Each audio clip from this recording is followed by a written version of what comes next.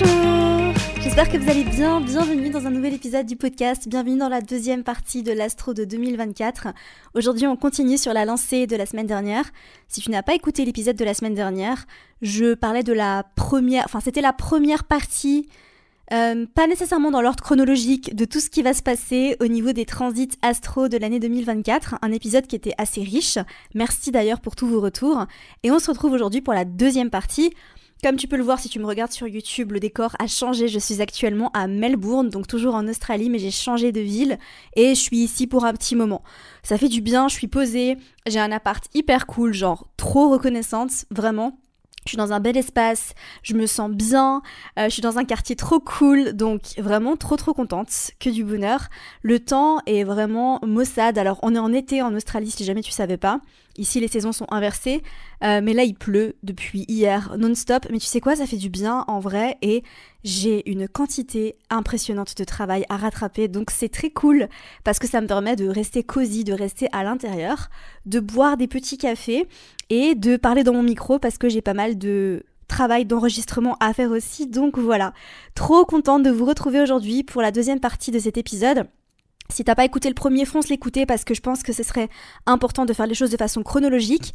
Dans la première partie, je te parlais un petit peu du mood général de 2024. Je te parlais aussi de certains transits majeurs et très importants comme le transit de Pluton en Verseau.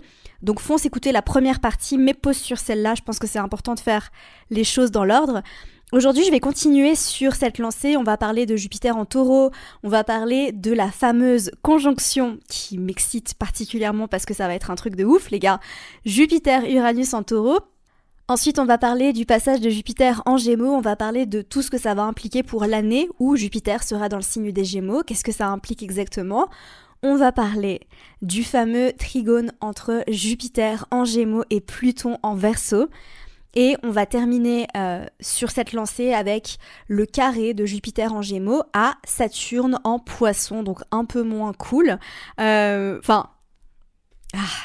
pas dire ça, mais j'ai plein de choses à dire là-dessus, donc ça va être intéressant.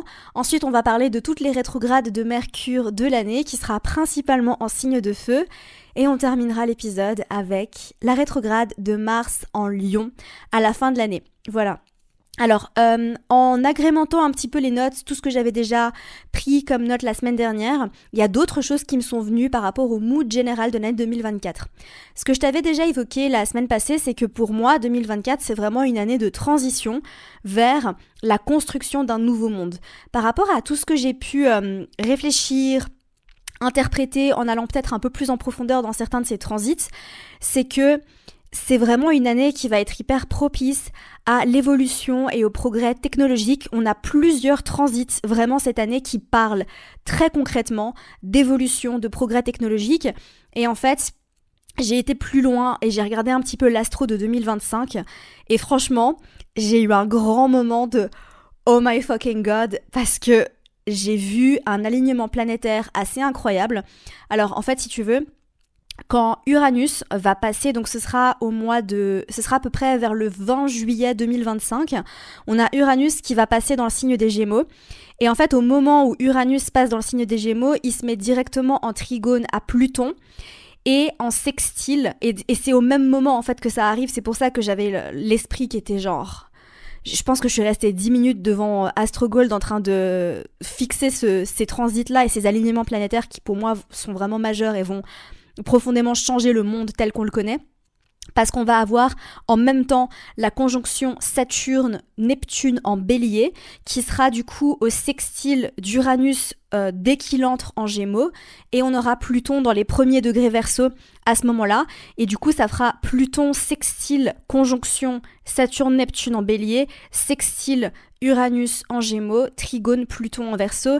Et quand j'ai vu ça, en fait, quand j'ai vu cet alignement planétaire de toutes les planètes lentes, je me suis vraiment dit que c'est à partir de ce moment-là, en fait, que vraiment les choses vont changer. Et je pense très sincèrement qu'on est sur la construction du monde de demain, qu'on est sur un moment dans l'humanité, en fait, où on pourra regarder en arrière et se dire c'est à ce moment-là que tout a changé.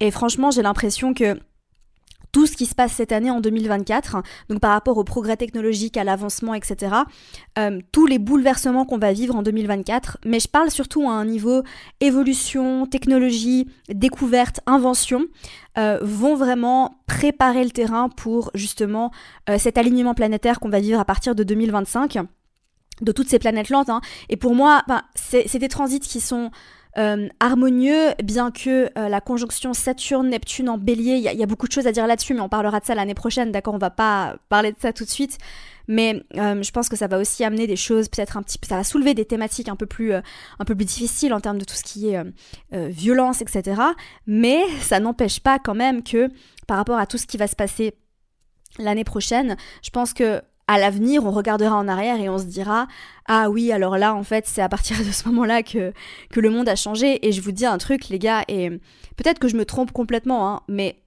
je l'ai vraiment pressenti comme il va y avoir de telles inventions ou de telles découvertes. Je ne sais pas si ce sera invention ou découverte, mais en tout cas, il y a quelque chose qui va vraiment être ancré à partir de 2025 et peut-être même que ça va commencer en 2024 ou du moins que c'est quelque chose qui est déjà là. Bon, je pense déjà notamment à l'intelligence artificielle, mais quelque chose qui est déjà là, qui va être fondamentalement ancré en 2024 et qui va prendre une tournure complètement différente à partir de 2025 et qui va vraiment commencer une nouvelle ère en fait. Pour moi, je vois vraiment ça. Et c'est excitant et en même temps, je sais qu'en tant qu'être humain, on a tendance à avoir un peu peur du changement, ce qui est normal. Mais je pense qu'il y a peut-être des découvertes ou certaines inventions qui sont à la hauteur en fait de, je sais pas, l'invention du téléphone, tu vois, ou l'invention des ampoules électriques, j'allais dire en anglais. Je l'ai trouvé. D'ailleurs, merci à toutes les personnes qui m'écrivent pour me dire, enfin pour me traduire les mots que je trouve pas en français dans les épisodes de podcast ou dans les vidéos sur YouTube. Merci d'être là. Bref, je pense que on est sur le point en fait de développer des choses qu'on peut même pas imaginer. Donc voilà, évidemment, il y a l'intelligence artificielle, mais je pense qu'il y a d'autres choses qui vont arriver. À mon avis, ça va être une série de découvertes et de progrès technologiques. Plein de choses qui vont arriver comme ça, notamment déjà cette année et puis ensuite de façon plus intense hein, à partir de 2025. Mais vraiment 2025, ça va être une année de malade les gars. Hein. Vraiment, j'espère que vous êtes prêts parce que vous avez le temps de vous préparer ou pas. Hein. Après, c'est vous qui voyez, mais vraiment, je pense que le monde va basculer. Voilà, je pense que le monde va basculer. Enfin, en tout cas, je pense que je suis pas la seule astrologue à parler de ça, hein, mais vraiment, je pense que à partir de 2025, c'est le monde de demain, quoi. C'est une nouvelle ère et c'est un truc de ouf. Bref. Alors, on reste toujours sur cette idée de, voilà, 2024, c'est une année de transition, c'est une année de découverte, de progrès technologique. Alors, on commence tout de suite avec Jupiter en Taureau. Je vais pas reparler de Jupiter en Taureau parce que je l'ai déjà pas mal fait dans l'épisode de l'Astro de 2023. Donc, n'hésite pas à aller réécouter cet épisode-là si tu as envie d'en savoir plus sur le transit de Jupiter en Taureau. Je suis incroyablement triste que ce transit se termine cette année. Pour moi, je pense que Jupiter mériterait d'être toute la vie en Taureau. Non, je rigole. Évidemment que je rigole. Mais franchement, je vais pas mentir et je pense que si t'as des placements en Taureau, t'as kiffé aussi. J'ai kiffé ma race. Jupiter en Taureau, c'est pas fini, d'accord, donc on va pas être triste maintenant. Mais franchement, ce transit-là m'a mise très très bien. Et peut-être que si t'as des placements en Lion, en Scorpion ou en Verseau, ce transit t'a mise un peu moins bien. Voilà, mais en tout cas... c'est bientôt fini, voilà, donc on a Jupiter qui va passer en Gémeaux cette année. Donc avant le passage de Jupiter en Gémeaux, on a quelques alignements planétaires importants, dont la fameuse conjonction Jupiter-Uranus en Taureau qui sera exacte à 21 degrés Taureau le 20 avril. C'est une conjonction Jupiter-Uranus qui est pas rare, elle se produit tous les 13 ans environ, d'accord, puisque Jupiter met une douzaine d'années à faire le tour du zodiaque. La dernière conjonction Jupiter-Uranus qu'on a eue était en 2010 dans le signe du Bélier, celle d'avant était en 1997 ou 97 si t'es suisse comme moi, en Verseau. Et quelque chose d'important qui s'est passé à ce moment-là, c'est que du coup, en fait, on avait Uranus qui est entré en Verseau, qui a vraiment planté la graine et lancé la commercialisation d'Internet à partir de 95 ou de 95. Et en fait, c'est à partir de 97 ou de 97, t'as compris, que vraiment, on a eu Internet, en fait, qui était... En fait, si tu veux, Uranus, le transit d'Uranus en en Verseau, pour moi, a commencé en fait à faire en sorte que Internet soit disponible à plus de monde. Donc c'est à partir de ce moment-là en fait qu'on a pu avoir Internet à la maison. Mais c'est vraiment à partir du moment où Jupiter est venu se mettre en conjonction à Uranus en Verseau qu'il y a eu une prolifération. Donc à partir de ce moment-là, quasiment tous les foyers avaient Internet chez eux. Voilà. Donc c'est assez fou et... pour moi, c'est vraiment ça parle quand même bien de ce qui va se passer aussi cette année-là, même si évidemment le taureau, c'est un signe qui nous parle de thématiques différentes par rapport à cette conjonction. Alors, ce qui est intéressant en fait, c'est que par rapport à cet alignement planétaire, donc la conjonction Jupiter-Uranus en taureau, en fait, au moment où cette conjonction se forme, on a un beau trigone à la lune en vierge et on a le soleil qui vient aussi d'entrer en taureau, donc pour moi, c'est vraiment synonyme de bonne fortune, j'aime pas trop ce mot, mais tu vois, pour moi, c'est vraiment un indicateur, en fait, que, ok, tout est là, ça va bien se passer, on est soutenu, en fait, on est encouragé dans cette bonne direction. C'est un transit qui parle vraiment de découverte, d'expansion de la technologie, d'avancée rapide, de libération et de changement. À travers les siècles, à travers les années, c'est vraiment ce qu'on a pu observer à chaque fois que Jupiter et Uranus sont en alignement, donc en conjonction, je parle pas de carré ou d'opposition, mais vraiment en conjonction. C'est vraiment des moments de découverte, c'est vraiment des moments en fait où il se passe des choses, mais en général c'est quand même assez positif, donc c'est très cool. Alors c'est un transit qui parle d'avoir des idées innovantes, d'intuition, de désir de créer une nouvelle réalité, et c'est d'ailleurs le cas, et ça se reflète par rapport au transit de Pluton qui entre en Verseau cette année. Invention en lien avec le confort, parce que ça a lieu en taureau. Donc vraiment, si je reprends cet alignement planétaire et que je réfléchis à, d'accord, en taureau, qu'est-ce que ça pourrait donner ? Alors, il y a pas mal de thématiques que ça soulève, donc il y a la thématique de l'argent, il y a la thématique de l'environnement, de l'agriculture, etc. Mais il y a aussi des inventions qui peuvent être en lien avec le fait de vivre une vie plus confortable. Et vivre une vie plus confortable, ça implique beaucoup de choses. Par exemple, le fait aujourd'hui, quand même, qu'on puisse tout payer avec notre téléphone. Par exemple, l'autre jour, j'étais à Sydney et en fait, t'as même plus besoin de te casser la tête à acheter une carte de métro parce que t'as Apple Pay sur ton téléphone. Tu cliques 2 fois sur le bouton de verrouillage et t'actives Apple Pay et tu passes le métro comme ça. Je sais que c'est comme ça à Londres aussi. Je crois qu'ils veulent installer ça à Paris. Il me semble, mais je suis pas sûre. Enfin bref, dans beaucoup de grandes villes aujourd'hui, c'est comme ça, t'as même plus besoin en fait de t'acheter des tickets de métro. Et ça, en fait, ça fait partie d'avoir un certain confort de vie en lien avec la technologie. Donc pour moi, ça pourrait aller dans ce sens-là.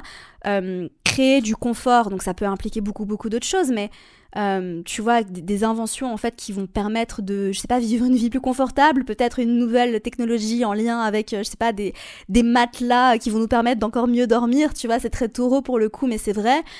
Confort au niveau de la nourriture aussi, d'avoir accès à plus de choses au niveau de la nourriture. Donc voilà, ça pourrait vraiment être le cas ici avec ce transit-là en taureau. Alors, j'ai pensé aussi à quelque chose, c'est que le taureau, c'est un signe vénusien, c'est un signe qui nous parle de beauté et d'esthétique.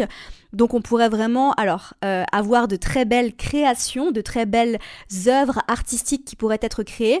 Ça, c'est marrant, je l'aurais peut-être plutôt vu si l'alignement aurait été en balance. Mais ça peut être le cas en taureau, parce que c'est quand même un signe de beauté et d'esthétique. Alors j'ai pensé aussi à progrès dans le domaine artistique, donc utilisation de l'intelligence artificielle dans le but de créer de l'art. Franchement, ça pourrait vraiment être le cas. Peut-être qu'il y a certains artistes, peut-être que c'est déjà le cas mais que j'en suis pas consciente, et si c'est le cas, je suis désolée. N'hésite pas à me le dire dans les commentaires si tu as entendu des artistes dans le monde de l'art contemporain qui utilisent justement l'intelligence artificielle, mais ça doit vraiment sûrement déjà exister, je pense que j'invente rien du tout, mais qui utilisent l'intelligence artificielle justement pour créer de l'art. Embellir le monde, embellir les humains, donc je sais pas, peut-être l'invention d'un logiciel d'intelligence artificielle pour nous aider à nous maquiller, enfin ça doit sûrement aussi déjà exister, ou si ça existe déjà pas, enfin si ça existe pas déjà, pardon, je pense que ça va pas tarder à arriver. Ou des nouvelles technologies, tu sais, comme tout ce qui est en lien avec la beauté, avec le fait de... Alors j'ai pensé à quelque chose en lien avec le fait de rajeunir, donc tout ce qui est technologie anti-âge, etc. Mais je t'en parle juste après parce que c'est pas nécessairement en lien avec ce transit-là, quoique. Mais je t'en parle juste après. Mais effectivement, tu sais, ces masques LED à lumière infrarouge que tu vois partout qui ont pour but de booster le collagène dans ta peau, de réduire l'apparence des rougeurs, etc. Ça aussi, ça me fait vraiment vraiment penser à cette conjonction Uranus-Jupiter en taureau, hein, parce qu'on est vraiment sur du self-care, etc. Donc, invention de nouveaux produits pour nous aider à nous embellir, pourquoi pas, ça pourrait être intéressant. On s'en reparle à ce moment-là. Alors, utilisation de l'intelligence artificielle pour l'environnement, progrès technologique en lien avec l'agriculture, ça c'est vraiment aussi quelque chose d'important. Alors, ça pourrait aussi être vraiment en lien avec l'argent, avec les finances. Alors, j'ai marqué aussi pic d'inflation, voilà, un peu moins positif, n'est-ce pas? Mais vraiment, tu sais, le taureau, c'est quand même un signe donc de matériel. Quand on parle de transit en termes d'astrologie mondiale, il y a quand même quelque chose en lien avec les finances, l'argent du monde, l'économie, en lien avec le signe du taureau, donc ça pourrait être le cas.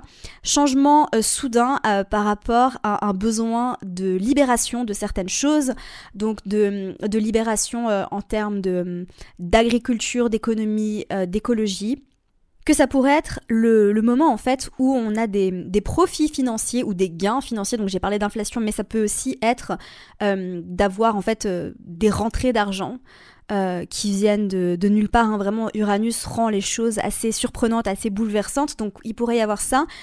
Alors au-delà de tout ça, j'ai aussi noté quelque chose d'autre, c'est que Jupiter, c'est une planète qui nous parle de spiritualité aussi, et du coup, vu que cette conjonction se passe dans le signe du taureau, peut-être que c'est un moment en fait où on pourrait avoir envie de vivre une spiritualité d'autant plus ancrée. Peut-être qu'il y a certains mouvements, tu vois, en lien avec le fait de rester ancré dans le monde, de vivre une spiritualité avec des enseignements spirituels qui vont être plus ancrés, peut-être moins dans l'énergétique, mais plus dans le corps, plus dans les sens, plus dans la matérialité du monde. Donc, je sais pas, comme, tu vois, l'équilibrage des chakras, le yoga kundalini, etc.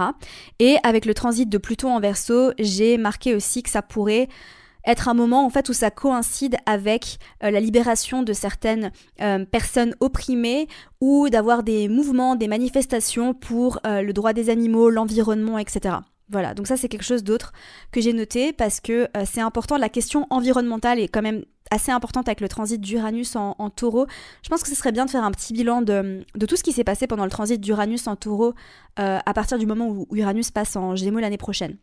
Alors, à un niveau personnel maintenant, comment tirer parti de cette conjonction qui est quand même assez positive et assez bénéfique? Enfin, en tout cas, il n'y a pas nécessairement d'alignement planétaire qui me disent, en fait, qui m'indiquent qu'il pourrait se passer des choses un peu plus dures, à part évidemment le pic d'inflation que j'ai noté, mais c'est pas nécessairement une mauvaise nouvelle, parce que s'il y a un pic, ça veut dire qu'à un moment donné, ça va redescendre. Je vois toujours le verre à moitié plein, les gars, hein, c'est quand même fou. J'ai une nature jupitérienne quand même, hein. Donc ce qui va être important par rapport à cette conjonction dans ton thème astral, c'est de regarder dans quelle maison elle a lieu, hein, pour commencer vraiment, parce que c'est un domaine de vie qui pourrait vraiment être en pleine expansion pour toi. Donc en fait c'est un domaine de ta vie, donc regarde voilà, si ça se passe dans ta maison 5, dans ta maison 10, dans ta maison 2, parce que vraiment tu pourrais avoir de belles surprises en lien avec l'expansion. Tu pourrais aussi avoir envie de changer les choses, de transformer les choses, d'évolution, tu vois, une envie soudaine d'évolution et d'excitation par rapport à ce que tu peux envisager et grandir en fait par rapport à ce domaine de ta vie. Alors, précision, parce que je le redis en fait à chaque fois et je vais le redire encore une fois, quand on étudie les transits, j'utilise toujours le système des signes entiers. Donc ne me dis pas, oui, c'est entre ma maison 1 et ma maison 2. Non, en fait, si tu utilises le système des signes entiers, tu peux vraiment voir qu'il y a une seule maison dans laquelle ça va arriver, d'accord? Donc vraiment regarde ça parce que je pense que c'est un domaine où tu pourrais avoir de belles surprises. Alors à moins évidemment que en même temps tu aies des alignements planétaires dans ton thème astral, donc que ça vienne activer des planètes et que ce soit des transits peut-être un peu plus dissonants, un peu plus challengeants. Mais si par exemple tu as des planètes en taureau, donc entre 19 et 23 degrés taureau, tu vas être grandement concerné par ce transit-là, d'accord? Donc après, à voir comment ces planètes sont aspectées dans ton thème astral, ça c'est vraiment quelque chose, les gars, que j'évoque en détail dans la formation Transit Astro, parce que il faut toujours considérer le thème natal de base pour pouvoir ensuite analyser les transits. Ça ne fait aucun sens d'analyser un transit si on considère pas ce qui se passe déjà de base au natal. Donc je pourrais te dire, tu vois, oui, ça va être hyper bénéfique si, je sais pas, t'as ton soleil entre 19 et 23 degrés taureau, mais si au natal, ton soleil, il est en carré à Pluton ou il est en...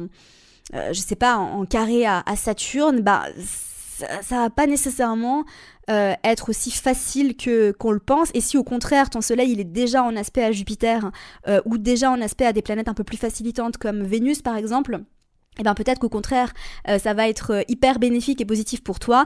Donc à voir si ça va te challenger ou si ça va t'aider. Et puis évidemment, si tu veux t'inscrire à la formation Transit Astro, c'est la dernière semaine, et ça je le dis vraiment, c'est vraiment le dernier moment pour bénéficier de la promotion de lancement sur la formation Transit Astro, parce qu'à partir de lundi 15 janvier, elle passe au tarif régulier. Voilà, tout simplement. Donc vraiment, dernier moment pour t'inscrire.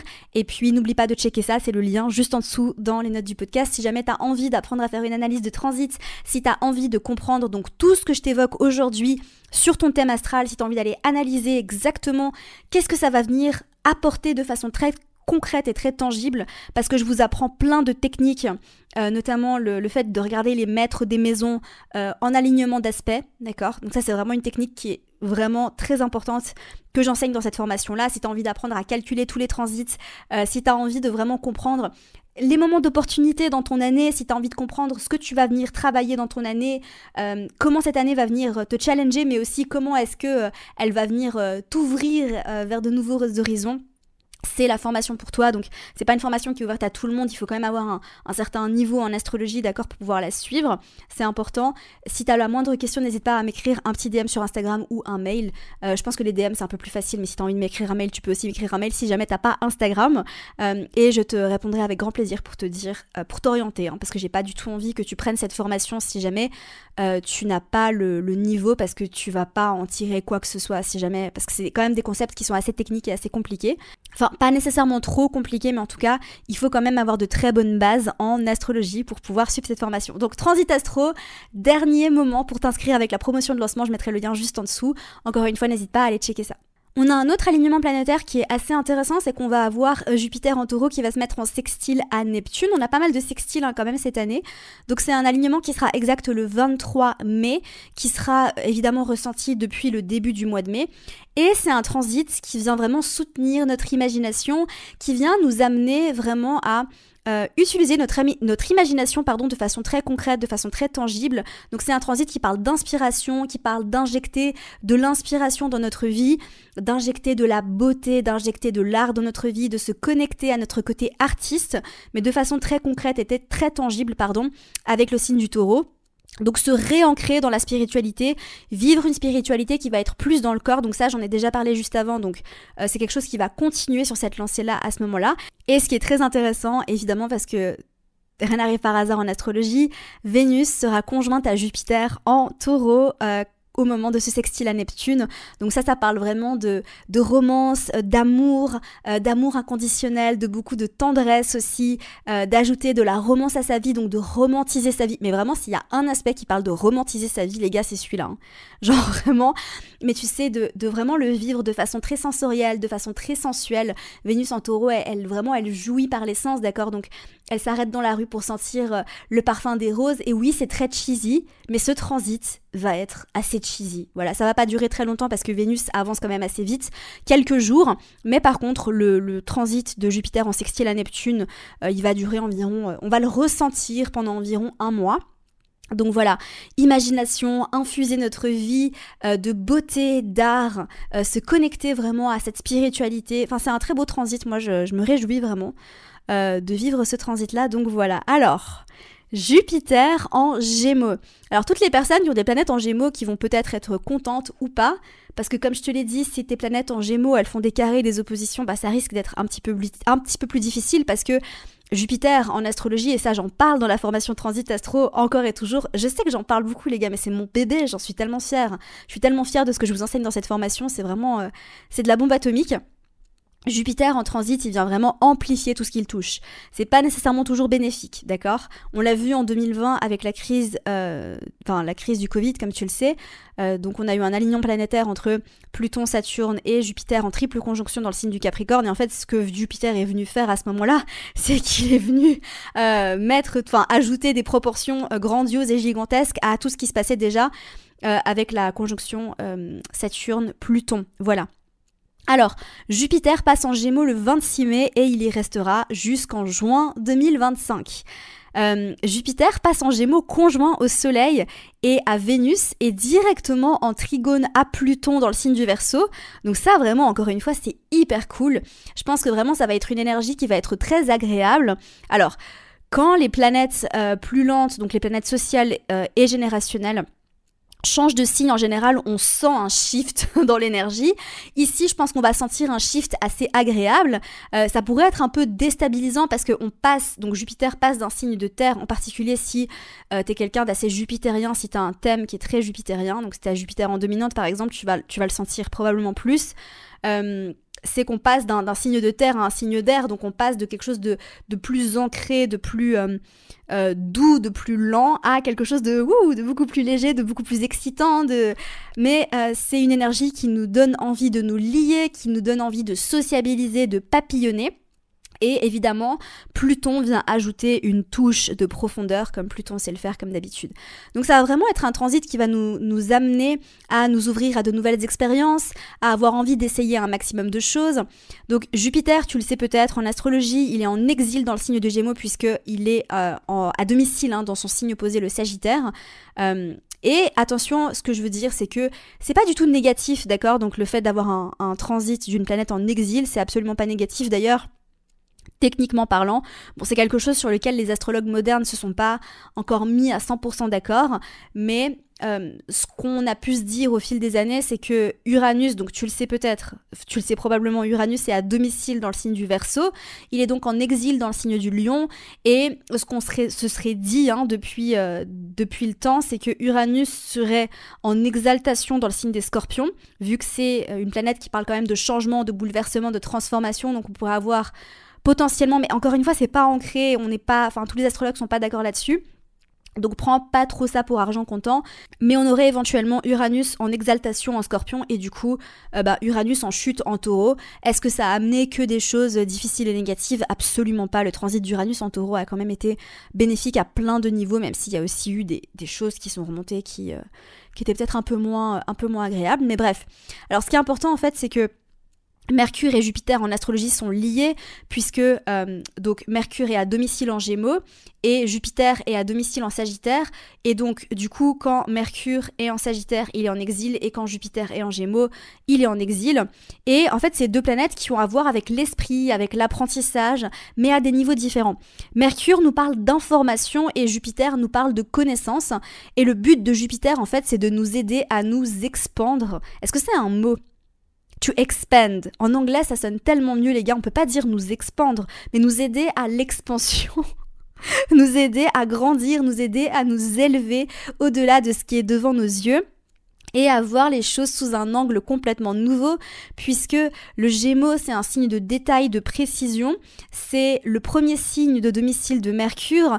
Et avec Mercure, et ça c'est quelque chose que je dis vraiment dans toutes mes formations, c'est que Mercure a un effet loupe, a un effet microscopique. Ça veut dire qu'avec Mercure, on vient regarder les petits détails, on vient regarder les petits emboîtements de choses. Et avec Jupiter, on a un effet télescopique, on a un effet macroscopique, où on regarde vraiment les choses avec beaucoup de recul et on n'arrive pas à voir les détails. C'est pour ça que Mercure est en exil en Sagittaire. Et donc Jupiter en Gémeaux pourrait vraiment avoir un peu plus de mal à avoir une vision très large, puisque Jupiter aime voir loin, il aime se projeter, et du coup, ça pourrait être un des effets un peu plus difficiles de ce transit-là, même si, c'est pas vraiment négatif ou c'est pas mauvais, d'accord ? Alors Jupiter en Gémeaux parle vraiment d'ouverture d'esprit, donc être ouvert à plein de choses, à plein de petites choses, à plein de perspectives, mais sans recherche de vérité fondamentale. Ça c'est quelque chose qu'on retrouve avec le transit de Jupiter en Sagittaire, donc quand Jupiter est en Sagittaire, c'est la recherche de la vérité avec un V majuscule. Et ici en fait avec Jupiter en Gémeaux, on est amené à nous intéresser à plein de choses différentes, mais sans nous attacher à une quelconque vérité. Ça veut dire en fait accepter que tous les points de vue ont la possibilité d'être justes. Alors, le défi en fait de ce transit, ça va être d'apprendre à se concentrer. Si t'as la lune en Gémeaux, t'as Jupiter qui va passer sur ta lune, alors ça va être cool, mais en même temps, ça va venir amplifier plein de choses. et à utiliser son intellect de manière constructive parce que avec le transit de Jupiter en Gémeaux, on pourrait se sentir particulièrement dispersé, n'est-ce pas? Alors c'est un transit qui parle aussi d'ouverture d'esprit, qui parle d'enthousiasme par rapport à l'idée d'apprendre plein de nouvelles choses, de rencontrer de nouvelles personnes, de voyager vers de nouveaux endroits. Alors pas nécessairement de faire des grands voyages lointains, mais peut-être plutôt d'aller explorer les environs. Après ça peut être particulièrement vrai si tu as Jupiter qui va transiter en Gémeaux dans ta maison 3, comme ça va être le cas pour moi. Intéressant. Interesting. On va voir ce qui va se passer. Est-ce que je vais arrêter d'aller voyager loin et est-ce que je vais rester voyager dans mon entourage? Affaire à suivre, on verra, je ne sais pas encore. Alors, on pourrait avoir un appétit insatiable pour l'information, envie d'en apprendre toujours plus, d'apprendre des choses qui vont être peut-être plus logiques que spirituelles, d'accord? Donc des choses qui vont être plus dans la praticité de la vie, donc apprendre des langues, apprendre des nouvelles compétences, enrichir sa culture générale, s'intéresser à la littérature, mais ça va pas nécessairement être un moment où on va avoir envie d'apprendre des choses fondamentalement spirituelles, d'accord? Alors attention parce que c'est un transit qui peut aussi dire qu'on va pas nécessairement aller en profondeur dans ce qu'on apprend, parce que tu sais qu'en Gémeaux, on adore apprendre plein de petites choses sur plein de sujets différents. Du coup, on est quelqu'un de très cultivé, on a beaucoup de conversations, mais on va jamais vraiment en profondeur dans ce qu'on apprend, donc c'est un transit qui pourrait parler de ça. Alors, c'est un transit qui peut aussi parler d'être autodidacte, puisque sur l'axe Gémeaux-Sagittaire, donc en Gémeaux, on apprend par soi-même à travers des livres, à travers l'information, et le Sagittaire, par association de la maison 9, peut parler plutôt d'enseignement supérieur, donc d'université, de suivre une formation, de se faire coacher par un mentor, etc. Donc ça peut être intéressant, peut-être qu'il y a des choses qui vont se développer par rapport au fait de pouvoir apprendre par soi-même versus... ça peut être intéressant, tiens, vu qu'en fait Jupiter va, je viens d'y penser maintenant, hein, mais vu que Jupiter va entrer en Gémeaux, en trigone à Pluton en Verseau, peut-être qu'il va y avoir de nouvelles inventions technologiques qui vont être mises en place, et peut-être notamment que ça va planter la graine en fait peut-être de l'évolution de l'enseignement en ligne, de l'enseignement en fait à distance, de l'enseignement, tu vois, à l'université qui sera, un enseignement qui va plus exister comme il existait avant, tu vois, donc assister à un cours dans un amphi, peut-être que d'ici quelques années ça va devenir complètement obsolète, hein, c'est peut-être déjà le cas, ça fait longtemps que j'ai pas été à l'université, mais vraiment je pense qu'il pourrait y avoir des gros progrès au niveau de l'enseignement, et peut-être qu'en fait, je dirais même que il est possible que l'enseignement supérieur, donc tu sais, tout ce qui est... enseignement plus traditionnel, tu sais, à l'université, suivre des écoles, des cursus comme ça, va devenir un peu obsolète et qu'au final, on va plutôt avoir envie de se former par soi-même, que ce soit à travers des formations en ligne, mais qui sont moins, comment tu dis, reconnues par l'État, parce qu'on n'en a plus besoin au final, tu vois, et ça me fait vraiment penser aussi au transit de Pluton en Verseau, c'est vraiment de démocratiser aussi le savoir et l'information. Donc au final, intéressant, j'y avais pas pensé quand j'ai fait l'analyse. Mais voilà, viens de te le partager, vu que je viens d'y penser. Donc attention avec le transit de Jupiter en Gémeaux, donc au surplus d'informations, burn-out, intellectuel, les gars, troubles de la concentration. C'est peut-être un moment en fait où on va avoir particulièrement beaucoup de personnes qui vont venir et qui vont dire qu'elles souffrent du syndrome TDAH. Oui, c'est ça. Alors surtout parce que à un moment donné, Mercure va être conjoint à Jupiter en Gémeaux. Donc là, ça pourrait vraiment être un moment où ça tourne beaucoup trop vite dans la tête et on a la tête qui tourne. Alors c'est aussi un moment où on pourrait être beaucoup plus focus sur la théorie que sur la pratique. Donc on est plus concentré sur des idées conceptuelles que sur ancrer toutes ces choses dans le côté pratique de la chose, ce qui n'était pas le cas avec Jupiter en Taureau, bien évidemment. Alors avec Jupiter en exil en Gémeaux, on pourrait avoir du mal à chercher le sens profond de certaines choses. Donc ça veut dire qu'on apprend beaucoup de choses, mais qu'il n'y a pas nécessairement de sens ou de recherche de vérité derrière. C'est pas négatif du tout, hein, ce que je dis, mais c'est juste que Jupiter, en général, il cherche le sens profond. Tu vois, il cherche the true meaning of life. Et avec Jupiter en Gémeaux, c'est pas nécessairement le cas, donc on pourrait en fait apprendre, mais être déconnecté. En fait, c'est un apprentissage qui peut être déconnecté de sens, mais qui peut être purement pratico-pratique. Tu vois, par exemple, apprendre une nouvelle langue, c'est... Bon, après, il peut y avoir du sens. C'est pas vrai ce que je dis. Mais apprendre des choses sans forcément avoir besoin qu'il y ait vraiment quelque chose de très profond derrière, mais juste apprendre parce qu'on a envie d'apprendre et parce que ça nous fait kiffer tout simplement. Alors ça va être un moment où on va beaucoup communiquer. Donc et justement je pensais à ça justement avec le trigone à Pluton, c'est qu'on va possiblement beaucoup communiquer sur les réseaux sociaux, qu'on va beaucoup communiquer sur nos téléphones, on pourrait être vraiment beaucoup sur nos téléphones. Mais en tout cas, tout le long du transit de Jupiter en Gémeaux, on va parler, on va communiquer, expansion de la communication. Peut-être qu'en fait, certaines inventions pourraient être en lien avec la communication, soutenues justement par le transit de Pluton en Verseau. Alors ça peut aussi être un moment où on va faire beaucoup de rencontres, on va être très social, très charmant, on va avoir envie de papillonner.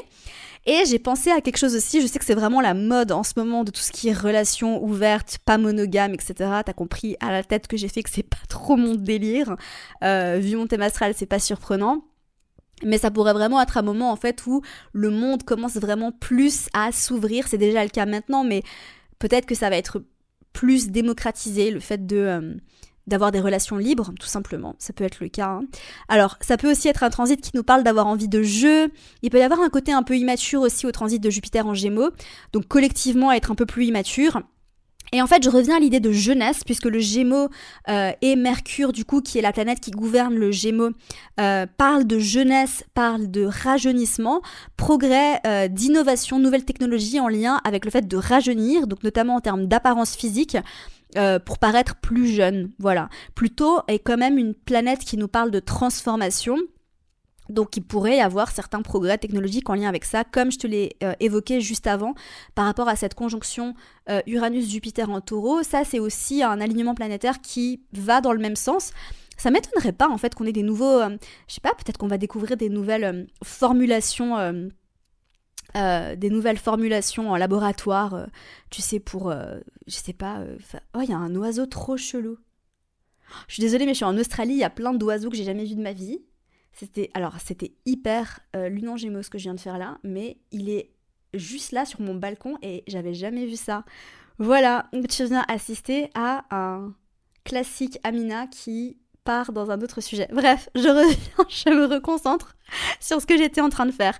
Alors, comme je te l'ai déjà dit à de nombreuses reprises, Jupiter en Gémeaux va être en trigone à Pluton, donc à partir du 2 juin. On va le ressentir quelques semaines avant, d'accord ? Pluton vient intensifier l'énergie de Jupiter en Gémeaux, donc la rend un peu moins légère. Je pense qu'à partir du moment où Jupiter va progresser, donc va continuer sa course en Gémeaux et va desserrer le trigone à Pluton, ça va être beaucoup plus volatile, mais ça va être un peu moins volatile en trigone à Pluton. Ça ajoute une touche de profondeur, comme je l'ai dit, et ça vient apporter du pouvoir à Jupiter en Gémeaux et vice-versa. D'accord ? Donc il y a un soutien des deux côtés, et Pluton, c'est une planète qui parle d'empouvoirment et de pouvoir, donc peut-être en fait qu'il va y avoir quelque chose en lien avec ça qui va se passer. Ça pourrait vraiment marquer un nouveau départ en ce qui concerne l'innovation, l'éducation, l'évolution de l'humanité, comme j'ai déjà dit. Alors, on pourrait avoir vraiment des nouvelles tendances qui émergent sur les réseaux sociaux. Peut-être qu'on va inventer un nouveau réseau social, ça ne m'étonnerait absolument pas, qu'il y a quelque chose en fait qui va devenir absolument beaucoup plus populaire, qui va devenir, tu vois, en fait je pense notamment à Instagram.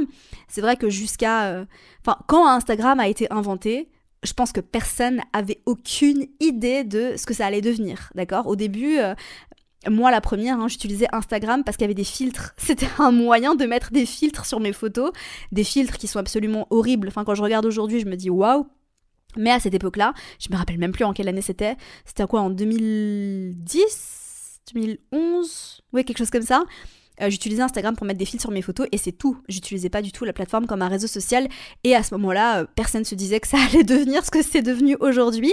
Donc il va peut-être se passer quelque chose en lien avec ça. Alors on va avoir un gros stellium en Gémeaux à ce moment-là. Donc encore une fois, trop d'informations. C'est déjà le cas aujourd'hui. Il y a trop d'informations, il y a trop de posts Instagram, il y a trop de comptes, il y a trop de tout. Donc attention, burn-out de l'information, burn-out de posts, de réseaux sociaux, de TikTok, de machin, de trucs. Et là, en fait, on nous demande, avec ce trigone à Pluton, de transformer notre rapport à la technologie parce qu'il y a trop de stimulation. Voilà. Ensuite, on a Jupiter en Gémeaux qui va se mettre en carré à Saturne en Poisson. Alors, c'est un carré qui va être exact le 17 août, mais qui sera ressenti à partir de fin juillet. Ensuite, les planètes vont rétrograder et le carré sera de nouveau exact le 25 décembre, joyeux Noël, et sera ressenti à partir de la fin novembre. Alors ici, ce carré, donc tu sais, les aspects dissonants de Jupiter, pour moi, et encore une fois, ça dépend, hein. Ça dépend, mais pour moi, les carrés à Jupiter, ils sont généralement, voilà, on va dire généralement, ils sont généralement pas vécus de façon aussi difficile qu'un carré à Saturne, enfin qu'un carré de Saturne à Pluton, tu vois ce genre. Donc pour moi, ça pourrait parler vraiment de expansion vers la nouveauté versus solidification de ce qui est déjà là. Alors, on pourrait avoir envie d'aller vite, on pourrait avoir envie d'être rapide, mais Saturne nous demande de prendre le temps, de contempler, de réfléchir. Si je réfléchis vraiment par rapport à tout ce que je viens de vous dire, les gars, j'ai l'impression en fait que ce qui va se passer cette année, en lien avec ce carré-là, hein, qui va arriver donc cet été et à la fin de l'année, c'est qu'en fait, il y a quelque chose qui va shifter dans l'énergie. Donc à partir du moment où Jupiter va passer en Gémeaux, on va ressentir vraiment des changements qui vont être assez rapides. On a l'impression en fait que les choses vont plus vite que la musique, qu'il se passe beaucoup de choses, on a une stimulation intellectuelle qui est très intense, et en fait ce qui se passe en fait c'est qu'avec ce carré à Saturne, on nous demande en fait de ralentir, on nous dit pas trop vite. Prends le temps de contempler les choses, prends le temps de réfléchir, prends le temps de vivre. Prends le temps aussi d'être dans le vide et d'être dans le rien. La contemplation, c'est très poisson, d'accord? Donc c'est aussi une des choses que nous demande ce transit-là. On nous demande de prendre du recul pour pouvoir avancer. Parce qu'avec Jupiter en Gémeaux, on peut avoir envie d'avancer très très vite, on a envie d'apprendre très très vite, on a envie d'emmagasiner de l'information, de créer beaucoup de choses, de communiquer. C'est très effervescent en fait, c'est très dans l'excitation. Et ici, on nous demande en fait, de prendre du recul, de méditer sur tout ça, pour pouvoir avancer. Donc je pense aussi en lien avec les futurs progrès technologiques, dans ce contexte-là, ce carré, pour moi, pourrait vraiment parler d'un moment de doute. Un moment de doute, une partie de la population veut revenir en arrière. C'est un moment en fait où on se rend compte que waouh, on va avancer, on va progresser, et en fait, non, j'ai envie de revenir à quelque chose de plus traditionnel. Moi, ça me convient pas. L'intelligence artificielle, il pourrait y avoir des mouvements en lien avec ça, des mouvements contre l'intelligence artificielle, contre les progrès technologiques, parce qu'on veut revenir à des choses plus traditionnelles, parce qu'on veut revenir à des choses qui sont plus fondamentales, plus spirituelles, d'accord, avec le signe des poissons. Qui sont moins dans la tête mais plus dans la connexion à notre âme, etc. D'accord ? Donc c'est un transit qui parle aussi de ne pas se précipiter vers ces changements, d'y aller pas à pas. On va se sentir un peu retenu par Saturne, c'est peut-être pas nécessairement une mauvaise chose parce que là j'ai quand même l'impression qu'en 2024 il y a beaucoup d'énergie qui nous pousse de façon assez rapide vers le mouvement, vers le changement, et ce transit nous aide à prendre un peu de recul, il nous retient un petit peu. Voilà.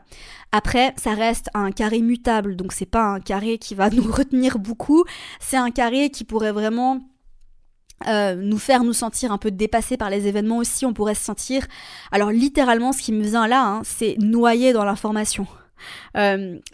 Jupiter en Gémeaux, carré Saturne en Poisson, c'est on est noyé dans l'information, on est dépassé par le flux d'informations, par la masse d'informations, et en fait ça pourrait causer des problèmes de santé mentale. Ça c'est vraiment une interprétation de ce transit. Tu me diras, on en reparlera, on fera un point cet été si je m'en rappelle. Si je m'en rappelle, on fera un point. Je vais le noter juste après l'épisode pour me dire, ah tiens, on va faire un point cet été-là, d'accord ? Alors, retour en arrière après le burn-out d'information de Jupiter en Gémeaux, besoin de vide, besoin de contemplation.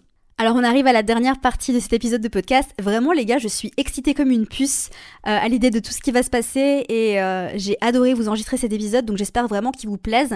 Je fais une petite parenthèse avant de continuer. Si jamais ça vous plaît, n'hésitez absolument pas à partager ça sur Instagram et à me mettre une note sur Apple Podcast ou sur Spotify. Ça aide vraiment le podcast à se faire référencer.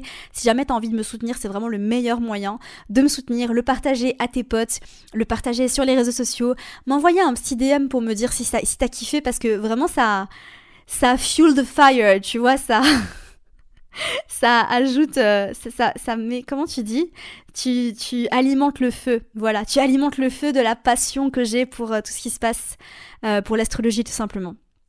J'espère que tu le ressens d'ailleurs, parce que vraiment, travailler sur ces épisodes-là, vous enregistrer cet épisode de podcast, c'est vraiment ma plus grande joie sur Terre, et donner mes formations bien évidemment, comme je le dis toujours. Alors, Mercure rétrograde en signe de feu. Première rétrograde de Mercure en Bélier du 1er au 25 avril. Ça va être drôle ça, n'est-ce pas ? Mercure rétrograde qui commence le 1er avril. Alors Mercure rétrograde en Bélier, attention aux conflits, attention à l'impulsivité, l'impatience dans nos mots, dans notre manière de communiquer. Évidemment, le thème de la communication ici va être très important, apprendre à tourner sa langue 3 fois dans sa bouche avant de parler. C'est un transit qui peut parler de se disputer, d'avoir des conflits.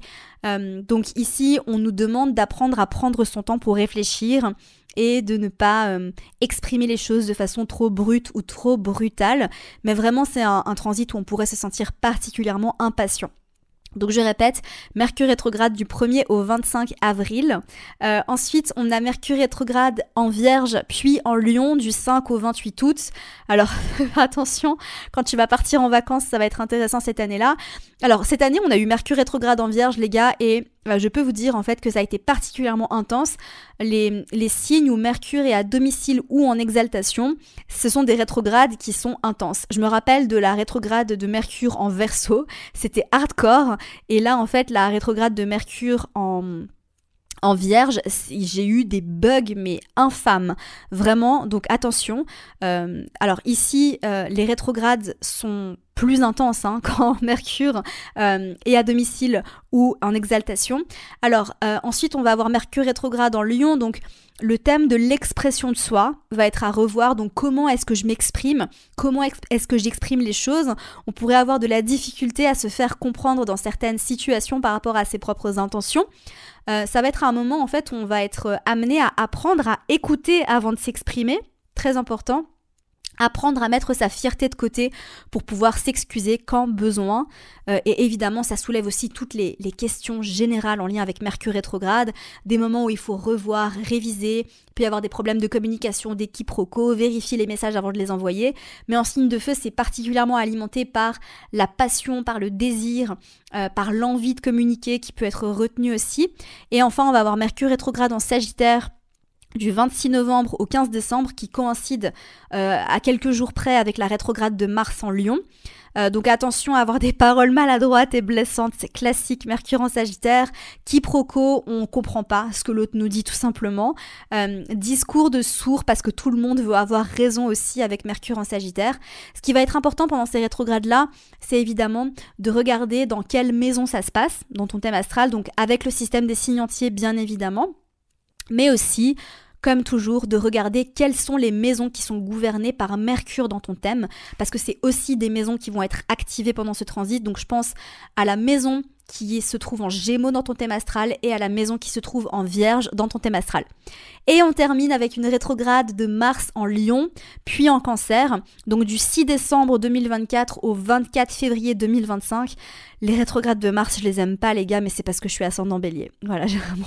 Les rétrogrades de Mars, pour moi, c'est vraiment les pires. Mais ça va bien se passer. On regarde le verre à moitié plein et pas à moitié vide. Alors, ça risque vraiment d'être tendu parce que Mars va entrer 3 fois en opposition à Pluton.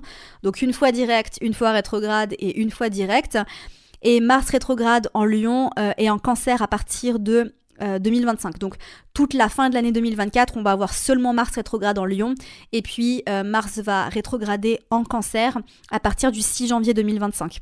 Mars rétrograde, c'est un moment où on peut avancer plus lentement, on passe à l'action mais on sent que les choses se passent pas vraiment, on a l'impression de pédaler un petit peu dans le vide, on peut avoir moins d'énergie aussi, donc je pense particulièrement aux personnes qui sont ascendant Bélier comme moi ou ascendant Scorpion. Si tu as Mars en maître d'ascendant, tu peux avoir moins d'énergie pendant cette période-là. En Lion, on pourrait se sentir moins motivé, on pourrait ressentir une sorte de perte d'étincelle qu'on peut avoir pour la vie. Si tu es quelqu'un de très passionné par rapport à tout ce que tu fais, par rapport à tout ce que tu entreprends dans ta vie, bah ça peut être un moment en fait où tu vas te sentir un peu moins passionné, tu vas sentir que t'as pas nécessairement envie. C'est une bonne occasion pour passer en mode hibernation, ce sera l'hiver, hein, donc... Vraiment, c'est un moment où on va plus avoir envie d'hiberner et de se reposer que de passer à l'action. Alors, les tâches contraignantes pourraient nous paraître insurmontables. T'as déjà essayé de forcer un lion à faire quelque chose qu'il n'a pas envie de faire ? Je suis sérieuse, hein. Le lion, donc le signe astro, hein, pas l'animal, il veut les choses qui le passionnent pas, c'est genre no fucking way. Donc ici vraiment, toutes les tâches un peu tu vois, t'auras pas envie et vraiment ça va te paraître une montagne, tu vois. Alors qu'en Vierge, on a envie d'être productif, on a envie de faire des choses même si c'est des choses qu'on n'aime pas parce qu'en fait on a envie d'avancer et d'être actif. Ici vraiment ça risque d'être un peu compliqué, mais bon c'est que quelques semaines donc ça va passer. Alors, c'est un moment où on va être amené à travailler sur notre ego. La question du pourquoi on fait les choses va être soulevée ici. Pourquoi est-ce qu'on agit ? Est-ce qu'on fait les choses parce qu'on a envie d'être validé et d'être complimenté ou est-ce qu'on fait les choses parce qu'on a vraiment envie de les faire et parce que c'est aligné ? On pourrait se sentir aussi un peu moins confiant. Comme je l'ai dit, ça peut nous faire travailler sur notre besoin de validation par rapport à tout ce qu'on fait. Et encore une fois, regarde dans quelle maison Mars va rétrograder dans ton thème astral avec le système des signes entiers. Et va regarder en fait les maisons qui sont gouvernées par Mars pour avoir plus d'infos sur les domaines concernés. Donc les maisons dans ton thème astral qui se trouvent en Bélier et en Scorpion. Par rapport à tout ce que j'ai dit, par rapport à Mercure rétrograde, à Mars rétrograde, ne vous inquiétez pas, on va s'en reparler. D'accord ? Je vais faire des posts, je vais peut-être refaire un autre podcast, je vais peut-être en parler en vidéo sur YouTube. Il y aura des newsletters bien évidemment, donc tout ce que j'ai dit là, je vais le redire, je vais peut-être approfondir aussi parce que j'ai pas envie non plus de faire des épisodes de podcast qui durent 4 heures. Mais en tout cas, comme ça, t'as déjà une très bonne idée de tout ce qui va se passer. C'est déjà la fin de cet épisode, les gars, j'ai trop kiffé. Vous l'enregistrez vraiment, je suis excitée à l'idée de commencer cette année-là qui va être intense. C'est le moins qu'on puisse dire, mais qui va être assez cool. Alors, évidemment, Mars en opposition à Pluton, c'est un transit qui peut parler de violence, qui peut parler de guerre, qui peut parler de pas mal de choses, mais vu que c'est à la fin de l'année, on s'en reparlera à ce moment-là. Puis tu sais que c'est pas nécessairement des sujets ou des thématiques que j'aborde. Voilà, enfin, j'ai pas trop envie de prévoir ce genre de catastrophe, entre guillemets. Donc écoute, on verra bien, mais d'ici là, on a le temps de s'en reparler. Bref, j'espère sincèrement que cet épisode vous aura plu. Comme je te l'ai dit juste avant, si jamais t'as envie de me soutenir, si tu me regardes sur YouTube, laisse-moi un commentaire, dis-moi ce que t'as pensé de cet épisode. Mets-moi un petit pouce, genre un petit like. Mets-moi un petit like. Partage l'épisode à un maximum de monde. Et les gars, on a parlé de Jupiter en Gémeaux. Donc diffusez le podcast, diffusez l'information, diffusez-moi tout ça s'il vous plaît. Partagez-le, faites en sorte en fait qu'on puisse juste savoir ce qui va se passer au niveau des transits. Allez regarder dans votre thème astral si ça vient trigger des choses. Allez regarder si vous avez des planètes en Gémeaux, si Jupiter va entrer en contact avec ces planètes-là par rapport à tout ce que je vous ai dit. Et puis voilà, moi je vous retrouve la semaine prochaine pour un nouvel épisode du podcast. Je vous aime très fort, prenez soin de vous.